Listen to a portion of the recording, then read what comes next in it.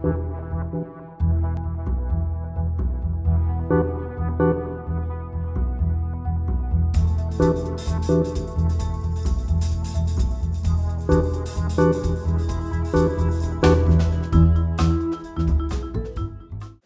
it is a privilege for me to have been invited by Max Havelaar and Erasmus University.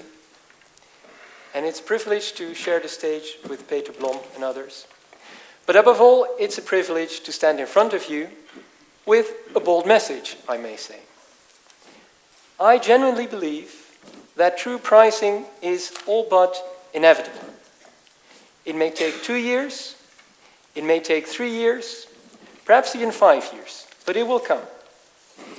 And why do I believe that? Because the current system is an anachronism, a misfit, a slate of clay in a time of tablets and smartphones. As you may know, it stems from an age when information traveled by carrier pigeon, money traveled by stagecoach, and intercontinental contracts by boat. Now, in that time, the current system may have been the best there was. But that can hardly be said anymore in a time when information travels by the speed of light, when money travels by the speed of light, when global deals travel by the speed of light. The world has changed. Our growth is meeting planetary boundaries. And our technology has changed. We've seen the advent of the internet. And also business is changing. Think, for instance, about corporate social responsibility, or fair trade, or fair banking. But what hasn't changed? Our pricing system. And it is not delivering. It has been squeaking under its own weight for some time, waiting for an alternative. And now that alternative has come, and I call it true pricing, but it's actually an old idea made possible by new technology. And it fits a broad trend in business towards the measuring of externalities. Now, 2 years ago, I probably would have told you why it's such a great idea. But by now, most decision makers agree on that. The question that is burning on people's mind is it not too good to be true? Is it really inevitable? So I'm going to tackle that question head on. After introducing true pricing, I will tell you why it is feasible and why, in my eyes, it is inevitable. And I will give you the economic reason, and I will give you the behavioral reason. So I can help that. I'm a behavioral economist by training. And then I will talk you through how it will happen. Now, I have to express some regret. I cannot offer you hard numbers today. So they're burning on the tip of my tongue. However, I cannot reveal them yet. So bear with my stories, and I will keep you interested. And the next time we meet, we will talk numbers. Yeah? But I have a very nice message at the very end. So, what is true pricing? And let's start with what is pricing. So in a free market, we are here at business school, so quite a few of you will know, the price is determined by many interactions, small and big, leading to supply and demand kind of balancing out. Now, and it's not such a bad idea, because by the free pricing mechanism, a lot of information about what people want, because everybody wants something, and what is actually possible in terms of production, comes down to a certain price. And in a well-functioning market, if supply exceeds demand, prices fall. And if demand exceeds supply, prices rise. Now, there's one crucial downside here. Business activity also has effects on society that happen outside of the market. And this creates costs and benefits that are not reflected in prices. So, sometimes governments actually prevent them, as we call internalized externalities. For instance, many governments outlaw the worst forms of pollution or child labor. However, governments have very little information, and supply chains are global, and the government has very little power outside of their jurisdiction, except for wiretapping, that is, of course. And political action is hard. So that means that many externalities remain. For instance, who has had a cup of coffee today? Okay. So in that cup of coffee, to produce that, there may have been underpayment, discrimination, scarce water extraction, CO2 emissions, the conversion of rainforest into coffee plantations. And we're not paying for those costs, so that means that the price that you've paid today is not true. Now, for a long time, we may not have been able to calculate true prices, but times have changed. So what is the true price, you may now ask? It is the retail price, what you're paying now, plus the net social and environmental costs along the supply chain or the life cycle of the product. Can also be net benefits, but typically they're net costs. And the true price reflects what you would be paying if consumers would pay for the costs or receive the benefits from the externalities. For instance, we've done some research on generic coffee from Brazil, and the result is that the true price is not that much higher, and that you can actually solve a lot of problems for a small investment. Now, more broadly, true pricing is the measurement of externalities and the integration of that into financial metrics. So just as we can calculate true prices, we can calculate the true profit and loss of a company, whereby you add to the financial profit and loss, the social profit and loss, and the environmental profit and loss. And we can do the same for the true returns of investments. Now, so true pricing is an information technology by which you feed information about the impact markets have on society right back into the market. Now, you may ask, this is a bit abstract. What does it mean concretely? Well, that if you go into the shop, you can see a label on the product that provides the true price as additional information. And that companies will drive the true price down so that the actual price becomes the true price. Now, a few things it is not, and it may be on your mind. So it's not an absolute truth. Yeah? We'll never know the true price. The true price is more of a quest, but is the quest best done by actually giving our best effort? And the number that rolls out, is it perfect? No. But it is a hell of a lot better than what we have now. It's also not a tax, because many people think in terms of externalities and taxes. It is information, and governments may use it to differentiate taxes. Low true price, low taxes, and the other way around. And it's also not an additional cost to consumers. Again, it may be used to set up a financing mechanism by which consumers voluntarily make a contribution to the true price. So now, your question perhaps is it feasible? Yes, it is. So first, transparency. Calculating true prices is not that complex. It just, you need the rules of arithmetics. So you need to count the externalities, you need to multiply them by their pricing, you need to add them up, and in the end you need to check them. So there are two challenges, to be honest. First, the management of all the data, and second, we need to agree on a price. Now, both can be solved in the current age. So first we can agree on an international standard for externalities. So in contrast to the 19th century, nowadays we can actually agree on standards internationally because the community is relatively flat. We've seen the Global Reporting Initiative actually make a global standard on sustainability reporting. We have global standards on how you measure environmental impacts along the life cycle. Recently, Professor John Ruggie even managed to forge a broad-based agreement on how we should deal with human rights in business. And we can also manage the information.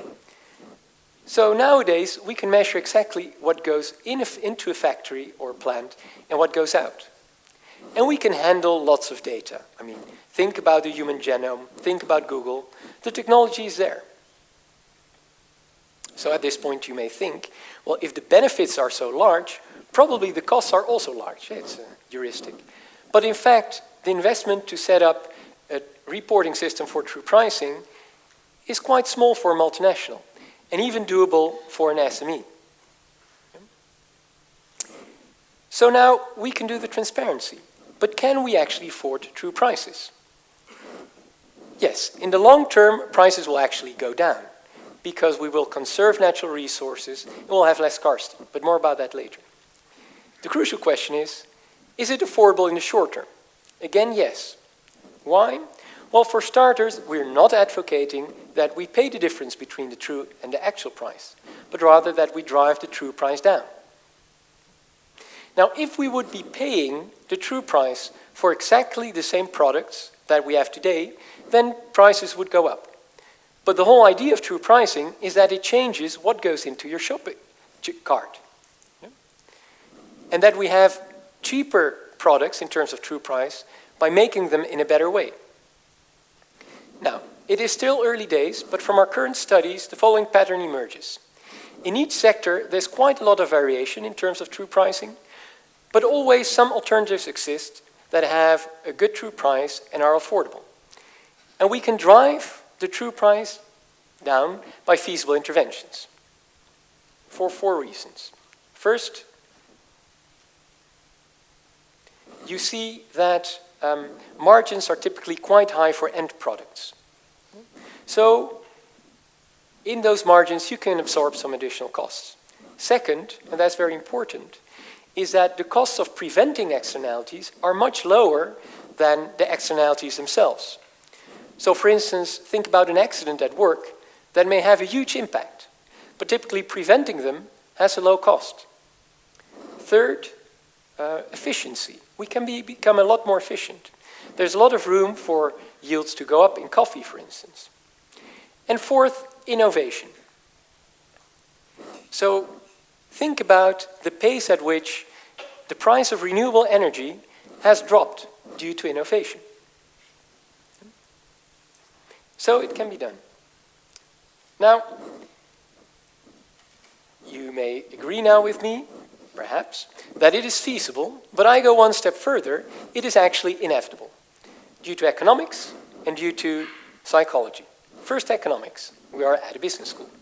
So, the gains of true pricing are just too large to forego. Externalities are now very, very large. So it is estimated that we can gain some $10 to $20 trillion a year if we internalize environmental externalities. So when the market system we have now was conceived of, nature was basically free. Yeah? But due to increasing population growth, increasing economic development, and the ensuing scarcity, externalities have grown massively since that time. And we can, by internalizing those externalities, we can make sure we conserve water reservoirs, energy, rainforests, arable land for agriculture, and the climate. And prevent food and water and energy and everything to become very scarce. So actually, think about it, we can save the planet by internalizing externalities, at least for some centuries. Now, in terms of the social upside, that is not smaller. Businesses can actually end poverty. Businesses have the ability to provide accessible goods to people and the income they need to buy those goods to almost everyone in the world. So it is not surprising that the economic and political forces to internalize externalities are mounting. And prices are already moving in the direction of true prices. For instance, Australia and China have started a CO2 scheme. And the corporate investments for water are projected to increase by 60% in just 5 years. And the prices of commodities have more than doubled since 2000. And China can in many places hardly be said to be a cheap labor country anymore. And our public tolerance for disasters like the BP oil spill or the implosion of the factory in Bangladesh is eroding. So, because the gains are so large from internalization, if our societies are just a little bit functional, we will internalize them. Now there's one barrier, and that is information. We don't know stuff. As Peter mentioned, we don't know what happened in that banana. And if we don't know the water that was necessary to produce that banana and the cost to restore the water table, then we cannot make sure that water is conserved in the regions where the bananas were produced. Now, the nice thing, and you may be getting it, true pricing provides exactly that information. So the story is very simple. If we want to have a prosperous future, we need to internalize externalities. And if we want to internalize externalities, we need to have true pricing. So, and now, the psychological reason. Every time we make a choice in the marketplace, we make quite an essential choice. Because you see that there are three options. You do something that is good to yourself, you do something that is good for others, or both. And true pricing makes that very transparent. Because market choices are very complex with lots of consequences and trade-offs. If you buy a t-shirt, you may think how much CO2 was in there, how much water was in there, how much underpayment was in there. Can I better buy a t-shirt from Bangladesh or China? What if the natural and the social impacts conflict? Do I need to switch brands? Can I afford that? And if you're a company, you face similar choices. Do I maximize profit or make all sustainable products or something in between? What the heck is sustainability anyhow? Now, in true pricing takes all that information and boils it down to a single criteria. And what about the complexity? Well, environmentalist avant la lettre, Henri Thoreau, wrote, "Life is frittered away by detail. Simplify, simplify." So true prices simplify such that in order you can see what choice is essential. And your choice is not frittered away by detail. Now, the best thing is that true pricing offers you a choice you can't ignore. Because it shows you how to do something that is good for the world and good for you. If you're a consumer, it shows you how to, which of your favorite products are good for the planet, good for society, and are affordable. If you're a company, it shows you how to make a profit and improve your impact on society. So once consumers have tasted true prices, the genie is out of the bottle and there's no way back. So now, how is it going to happen? You may think. 5 stages. Stage 1, internal transparency. You see a growing number of companies in some way or the other working on true pricing. And that is because they realize that it is essential to them to know what the material risks and opportunities are in their supply chain and do a thorough due diligence on that. And they can understand their crucial challenge, how to innovate to make products that have a better margin and a better impact. Stage 2, breaking out. In the coming years, and you can take my word for that, you will see an increasing number of companies showing their true prices. Why?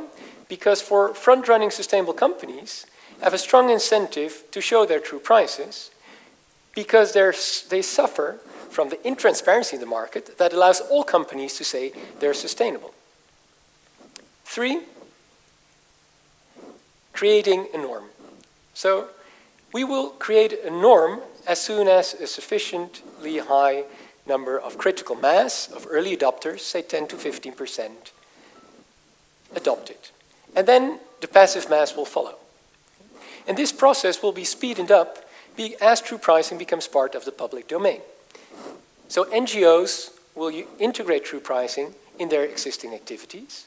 So as a company, you won't be getting a certification, you won't be getting an award, and you won't be getting a good CO2 ranking if you're not even capable of showing your true price. So it becomes a standard. Of course you report your true prices. and investors will ask for that, and consumers will love it because it makes their life easy and it's irresistible to compare. I mean, you want to know what's the true price of that banana versus a certified banana. So true pricing will become part of the public domain in a way that integrated reporting, environmental product declarations, the circular economy will never be, and was never meant to be. Stage 4, codification. There will be several initiatives, and probably one standard will emerge, and then governments can use it in their procurement and purchasing. And stage 5, business as usual. Business as usual, yeah. Because what remains is that we need to internalize those costs if we have transparency and the benefits. And this will happen because consumers and investors and CEOs and employees want to have affordable products with a true price. And of course, governments can speed up the process, but they're not necessary. The sheer power of the market is going to be unleashed to drive true prices down. Entrepreneurs will deliver innovative technologies, and companies will compete to deliver products with an affordable true price. So this is going to be fun at this stage. Now, I'm going to end with 2 observations. First, look around. Look at the most innovative economic trends. The circular economy, the bio-based economy, the sharing economy, integrated reporting, impact investment, social entrepreneurship. They all fit much better with true pricing. With current pricing, we can make around 10% of our activities circular. Under true pricing, that can be 100%.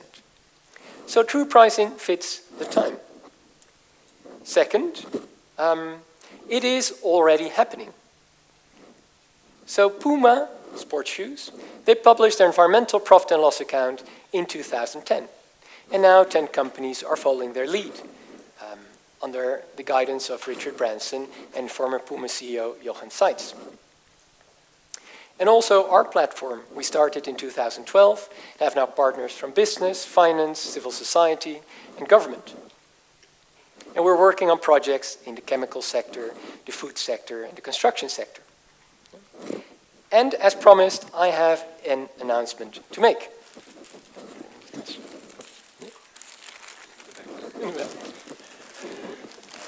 So, I can announce the first company in the world that is going to show a true price of a product. Now, are you curious? Okay. It's a great company, fast growing. Still curious? It's a delicious product. It's dark, and it's in this bag. So I can announce that we're working with Tony Chocolonely, a great chocolate maker, who will publish the true price of their dark chocolate bar, this bar, in the course of the coming year. So stay tuned and rest assured the genie is out of the bottle. Thank you.